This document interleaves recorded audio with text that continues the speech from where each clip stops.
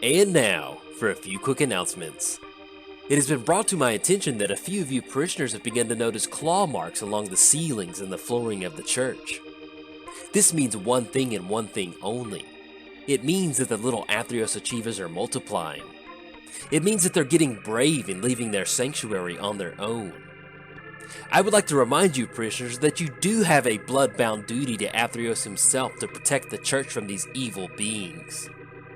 Remember, parishioners, there's strength in numbers when approaching the little Athreos achievers, and have your sacrificing tools at the ready. Also, Mother of Runes has asked me to remind the congregation to please bring an extra side dish to this weekend's potluck dinner. Our new director of outreach, Sister Alinda, will be in attendance with all of her new vampire friends. Welcome to the Church of Athreos.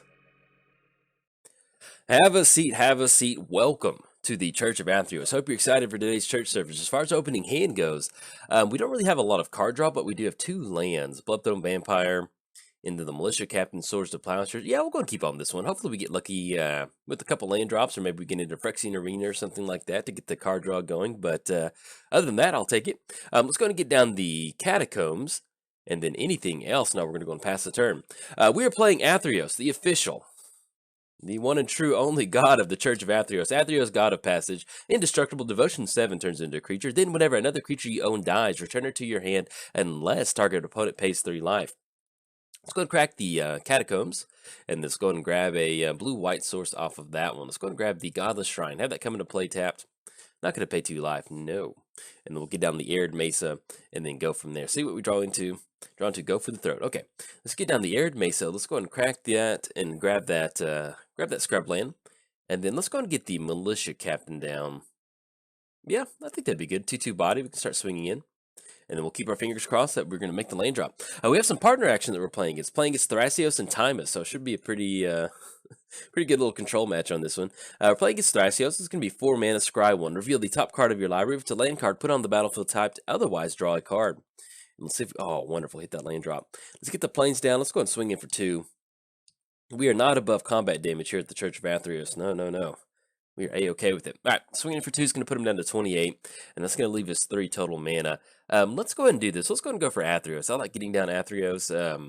We can go for Bloodthorn. You know, we could get down Bloodthorn Vampire. It would speed up the clock just a little bit.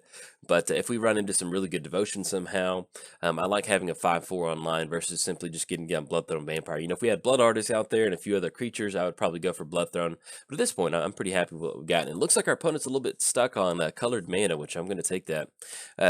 Okay, so we draw into Cavern of Souls. I guess, yeah, we're going to go and get down Cavern of Souls naming Cleric. That's going to be the most common creature type in our deck. Get down Cleric.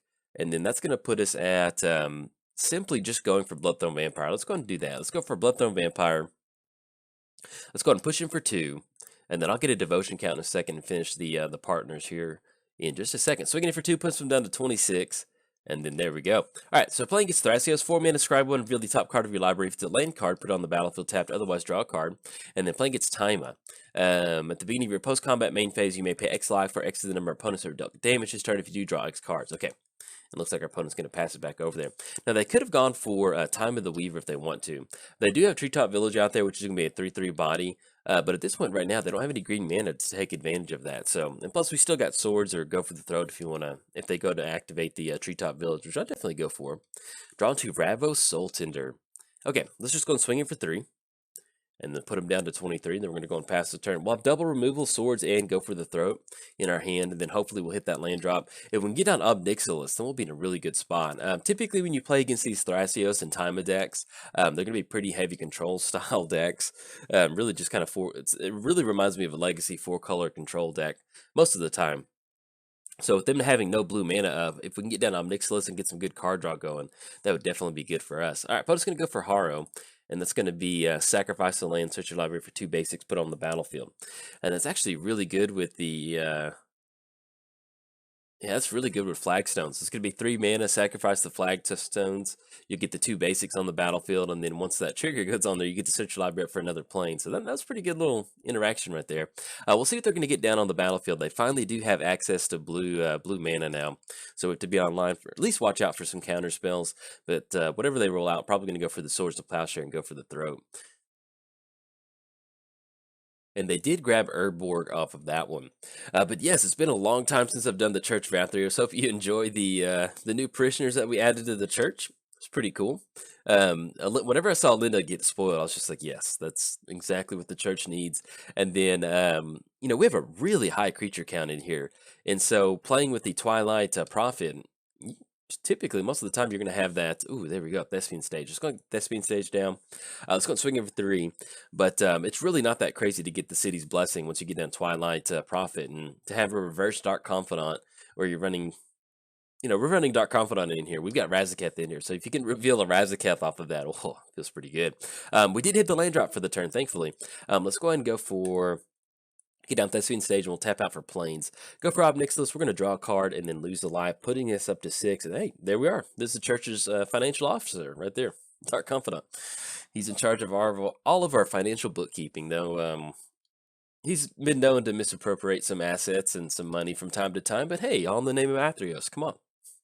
But yeah, so we added Sister Linda and then Twilight Prophet, and it's funny as I keep doing more and more updates to the deck, I get into the spots where like I keep up like the same creature count. So we're approaching 35, 40 creatures in this deck because I don't really want to cut anybody. I'm just going to plus up on Omnixilis. We're going to draw a card and lose a life. It's going to be Recruiter of the Guard. We're looking at 6 total mana right now. Excuse me, 5 total mana. Athreos is not a land. So we're looking at 6 devotion, and then we can turn Athreos online. If we go for Recruiter of the Guard, grab a creature with 2 or less, we'll have that. Let's do this. I really want to get some good card draw going. If we're gonna beat beating Thrasios is pretty much this partner combination is gonna be getting ahead on card advantage. So between Dark Confidant and Omnixilis, I feel pretty good about this. And this will turn on Athreos too. So let's go and push in. If they do go for the Treetop Village activation, we have 2 different ways to deal with it. We have Swords to Plowshare and go for the Throat, which I don't mind blasting that land at all. Always feels good getting to blast a man land like that. And let's see what they're tapping out for. Inquisitor's Flail. Okay. And it's gonna be 1, 2, 3. Cyclonic Rift. It's going to bounce everything back to the hand. Sure. We'll be able to get down Recruiter of the Guard and search something up. Let's go and go for that. Actually, that'll be another card in the hand that we're going to have to discard. We don't really have a way to do a toot or anything. Let's do this. Let's go for Dark Confidant. We're kind of bottlenecked on mana at this point right now, and then we have nothing else for 1. What we can do is just simply dump some of our non-pertinent creatures into the graveyard, and we'll kind of be okay on this one. Let's get rid of the Captain. Let's get rid of Demon of Dark Schemes. We're not really seeing a lot of creatures from our opponent. I do like holding on to a sack outlet, so we need to get rid of 1 more card, and I really like holding on Swords and go for the Throat. In fact, let's go and do this. Let's go and get rid of Ravo Soul Tender. That's okay. We'll get that into the graveyard. This kind of keeps us pretty open as far as whatever our opponent is going to roll out. We have the Custody Lich. We have Swords to Plowshare, go for the Throat. We have a pretty good little removal package right here. And then Recruiter of the Guard is going to allow us to kind of search up some good stuff. Once we do start dumping creatures into the graveyard, we do need to find a Blood Artist style effect or either Zulaport, and we can definitely use that with the Recruiter of the Guard. But we'll see what else is going to be happening. All right, opponent's going to go for Eternal Witness, and probably more than likely we're going to see it on the Sylvan Scrying. Okay, good. I'm about to say if they're going to go for Eternal Witness on Cyclonic Rift, then this would this game would be like okay. And all right, opponent's going to go for Sylvan Scrying. We'll see what they're going to reveal off of that one. They did already put down the Urborg into play, and they're going to go for Coffers, so that's going to turn them on for a lot of mana, especially with Urborg out there. If we can rip into our own Urborg, Urborg, if we find our own I don't think, actually, now that I think about it, I don't think I have coffers in there. Ooh, we've got Ulamog coming down. All right. So it's going to be Dark Confidant and Thespian Stage. We're still going to be okay. We can go for the Exile ability. Ulamog is indestructible. They're going to gain a little bit of life, but that's going to put them down to 2 cards in the hand. So I'm not necessarily over concerned with Ulamog on the battlefield. We have an answer for it. If we didn't have an answer for it and they started exiling our libraries, that would not be that good. Oh, oh, and Ulamog exiles our Thespian Stage right before we get down Dark Depths. Oh, we're going to get it down, just slow roll it. Oh, there we go. And then it is a swamp, so we can go for that. Let's go and go for Swords to Plowshare on Ulamog. I just want to get rid of Ulamog, get him off the battlefield. So we do have Vampire Hexmage to still get that onto the battlefield. Let's go ahead and go for... Let's do this. Let's go for Recruiter of the Guard. No, I think I want to hold on to that in case we absolutely need it. Let's get down Bloodthorn Vampire. I like that. get on Bloodthorn Vampire, and then anything else, we're going to go and pass the turn. Still leaves us in line for Go for the Throat. So let's say they do get into some sort of bounce shenanigans with Eternal Witness, bringing Cyclonic Rift back to the hand. At least we do have Go for the Throat in response to that. And once again, they don't really have much of a card draw engine. Typically, you get down Thrasios to start going for that 4-mana Scry activation, or you get down Tymna. But yeah, they're not really getting ahead on cards. So hopefully we might end up going for Omnixilis too next turn, especially if we can kind of protect ourselves from Thrasios and Eternal Witness swinging across. In fact, let's go and do that. If they go for that, they tap out for coffers, go for a bunch of Thrasios activations. Let's go and force the Thrasios right now. We're going to go ahead and go for the Throat, so they can add a bunch of mana and start scrying a bunch to go for those cards. We're going to get Thrasios off the battlefield at this point right now. But with coffers on the battlefield long term, it's not going to be a lot of fun, but at this point right now, that's what we're going to be going for. So we can get down Omnixilis at least next turn, get that card draw going, and then we'll see what we're going to go for after that. Okay, so we send Thrasios back to the command zone.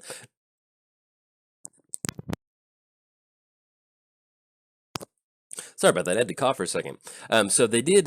We got coffers checked off. So they did run into Serum Visions and Reanimate. There's nothing too crazy. They can go for Demon of Dark Schemes. That would be pretty brutal for us. But we'll see what else they're gonna. What they decide to go for that. We'll go and cross off that swamp. Let's go and get down Omnixilis. In fact, yeah, if they do go for Demon of Dark Schemes, it wouldn't be that good. They'll end up with a 5/5 Demon. But I like going for it this way. Let's get down the Mana Confluence. Let's go and go for Omnixilis. That's going to be black. Actually, excuse me, now that I think about it, if we go for Recruiter the Guard, power toughness 2 or less, that's 1, 2, 3. We can go for that Thespian stage. Do we want to force that sort of action? Yeah, let's do that now that I think about it. We can grab, we need double black though. Let's do it this way. Let's go white. Let's go ahead and go black. And then we'll go ahead and tap down Dark Depths. That way we're still left with double black for the Vampire Hex Mage. And that way we can get down the Dark Depths token, kind of start putting some pressure on our opponent. I think I like that line of play just a little bit better. We haven't seen, yes, we're going to use that ability. We haven't seen Merit Lage token in a long time. Where are you? Vampire Hex Mage. Just grab that Vampire Hex Mage. Just get her down. That way she can summon her favorite Sunday school teacher to the battlefield. And then anything else. Now we're going to go on past turn. We're going to go ahead and leave up the... Bloodthorn Vampire. We could swing in, but they're at 28. That's okay. And then anything else, we're going to go and pass the turn. So at this point right now, if you don't know the interaction between Vampire Hexmage and Dark Depths, Vampire Hexmage says, hey, sacrifice me, remove all counters from target permanent. Earlier, we had Ulamog exile our Thespian Stage land, which got rid of the Dark Depths combo. Now on this one with Dark Depths, whenever it has no ice counters on it, sacrifice it, you create a legendary 2020 avatar token named Merit Lage. So with that in mind, we can use Vampire Hexmage activation, sacrifice it, get rid of those counters on Dark Depths. Dark Depths says, hey, I've got no more ice on me. There we go. We can get a Merit Lage token onto the battlefield. We'll be in a lot of happy, fun times with that. But yes, and actually, fun fact, a long time ago, and I'm going to go back and redo some of my church intros, but one of the old intros that I did was the Church of Athreos went ice fishing, or they went like on a winter ski trip, and then they found Merit Lage token. They found Merit Lage underneath the ice when they're ice fishing, and he didn't belong to a church, so he joined the church. So that's why he's in the that's why he's in the deck. It's a lot of fun. But another way that you can get the combo going is going to be through Thespian Stage 2. So let me go and show you this one. So 2 mana, activate, Thespian Stage becomes a copy of target land and gains this ability. Now when that happens, what's going to happen with the Thespian Stage is that you have to put a -1 counter on each target player controls. Let's go ahead and in response to that, we're going to choose Dark Depths. Remove the counters from that and get that Merit Lage token on the battlefield. The way it works with Thespian Stage is that whenever you go to make a copy of it, there's a legendary rule that you have to choose which one you want to keep. And then once you do, you're going to keep the one that doesn't have ice counters on it. So both of them are going to go to the graveyard. Well, one will go to the graveyard. But once Thespian Stage becomes a copy of it, then you end up with that token on the battlefield, and you're good to go. All right, opponent's going to proliferate. So they're going to get a few more counters on Merit Lage token. So it's going to be... let's go and get this just popped down just a little bit. It always drives me nuts when you can't really, when you go to upsize a card and you can't see it. So proliferate, then proliferate. So that's going to be 3 -1 counters on Merit Lage. It still puts us on a 2-turn clock. Even with those -1 counters on there, we're At the most, we're going to be swinging in for 20. Now, they do have that reanimate. Put target card from a graveyard onto the battlefield under your control. If they do go for that Demon of Dark Schemes, we still have Obnixilis to get down and go for that -3 on Merit Lage. So that at least in some form or fashion kind of clear the way for us to go across. And excuse me, I just now saw Mystifying Maze out there. So they go for that Mystifying Maze. Exile target attacking creature. All right, opponent's going to go for Recruiter of the Guard. Enters the battlefield. Yeah, I don't know how long that Mystifying Maze has been out there, but I just got really into commentary and forgot it was out there. Let's see if we can't find it. Okay, there we go. It's about turn 6 or something like when they got that down. So they still have the Mystifying Maze activation up. So then, in the fact, if they exile the that card, that's not going to be that good for us. Let's see what we want to get down. Drawn to Disciple. Ooh. we get to live the dream today. Heck yeah! You gain X life and draw X card. Yeah, I think that's going to be absolutely beautiful. Let's go for it. This gonna be another way to get around Mystifying Maze. Um, oh yes, this is beautiful. Let's go ahead and tap one colorless white. We'll see if our opponent has any sort of spot removal, and we'll go and tap black on the Mana Confluence. Oh, here's some good church. This is why we got Merit Lage token in here, to be honest. Yes, we're going to sacrifice Merit Lage. Oh.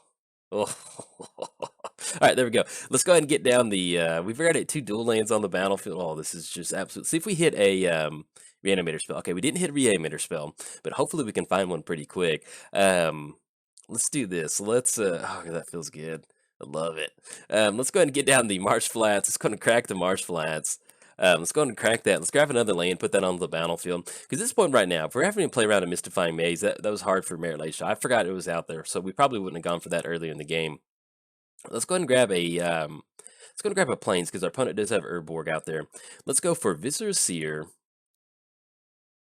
And let's go ahead and go for Weathered Wayfarer.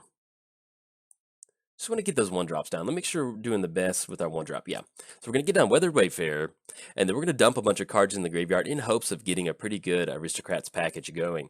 Anything else? No, we're going to go and pass the turn. So we have Viscerous Seer. We're at 60 cards in our library. At this point, we're digging for some sort of Mass Reanimator spell and drawing 17 cards off of Merit Lage token. Oh. That's some good magic right there. All right, so your opponent's going to go for it. It's going to be draw a card. Okay, put him down to 19.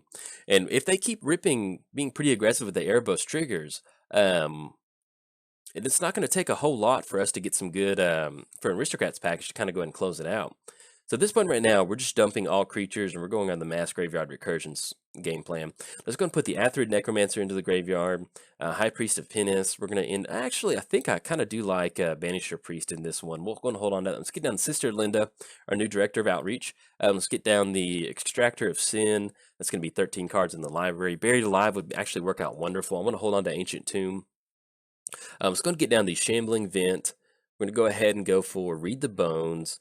We'll get the Lich down, and then I think if we're going to do any sort of creature, probably going to end up going for Obnixilis. So let's get Kaya into the graveyard, and then reprocess. Reprocess would be nice, but I think at this point, since we did rip into so many cards, we'll see. We might end up needing that. We'll hold on to it. Let's get down the Swamp. That's going to be 8 cards, and then what else? Phyrexian Arena. Do we want to hold on to that? What else do we want? It's always funny when you draw like 100 million cards and all of a sudden you're just like, well, I want to hold on to all of them. Definitely Buried Alive for living. Yeah, I guess we'll technically go and get rid of... Yeah, we'll get rid of Phyrexian Arena now that I think about it. Because at this point right now, we may end up going for Banisher Priest or something like Reprocess to get these cards back into the graveyard to where we can find that Blood Artist. So I think I kind of like that, especially if we get down the Ancient Tomb. That's going to be 1, 2, 3, 4, 5, 6, 7, 8. That's going to be 8 total mana next turn. So that's going to be us maybe going for Buried Alive for a few more creatures in the graveyard, and then going for Reprocess, sacrificing some of these creatures to draw 3 more cards. And as far as going for Athreos, we are sitting at 3 devotions. Once we get down Athreos, that's going to be 5. Banisher Priest will make 7. So we do have that line of play too if we end up going for a 6 to get those down. But we'll see what our opponent's going to show for it. But yeah, with that Mystifying, ooh, Tooth and Nail. All right, this might get it on this one. But either way, I'm probably still going to go and post this video up because getting to like Disciple of Bolus on Merit Lage has always been one of my That's one of those magic bingo moments. I'm like, yes. I don't mind if I do. I'll take some card draw off of that. But let's see what this tooth and nail reveals, and see if we're still going to be able to make it after this. Okay, so our opponent searched up Oblivion Sower and Primeval Titan prime time. They're going to be able to get a few lanes onto the battlefield. Those, at least, that's what they searched up. We'll see what they're actually going to dump onto the battlefield. Got a ton of card draw at this point right now. So going to cross off Prime Time, cross off the Mole Drifter. They did use that Reanimate and have the, they did use Serum Vision. So this is just going to leave Oblivion Sower in their hand. Let's see what they're going to search up on Prime Time. Yeah, we'll see. And I think they searched up. I think they put Temple of the False God and another. I didn't see. They actually didn't see which lane got on the battlefield. Oh, and they did catch a Westfall Abbey and flooded strain off of us off the Oblivion Sower. That's a bummer. It's our sister church, Westfall Abbey. They always have a really good church service whenever they get the Ormondal to flip out of their church. It's always a lot of fun. In fact, we one of our older intros, we tried to raise money for them because Prince kind of blew their church up. They didn't have a church to worship in because they got too rowdy. All right, so things are a little bit nutty on our opponent's side of the board. One creature that I definitely want to get rid of would definitely be Primeval Titan. Getting those extra lanes on the battlefield, it's not going to be that great. But let's see what we draw into. Draw into Command Tower. We're definitely going to be going for Buried Alive because we need to set up as much stuff as possible. Let's do this. Let's go for Buried Alive. That's going to, there we are. Buried Alive. That's going to be 1/2 off Ancient Tomb and then 1 off the Erdborg Plains.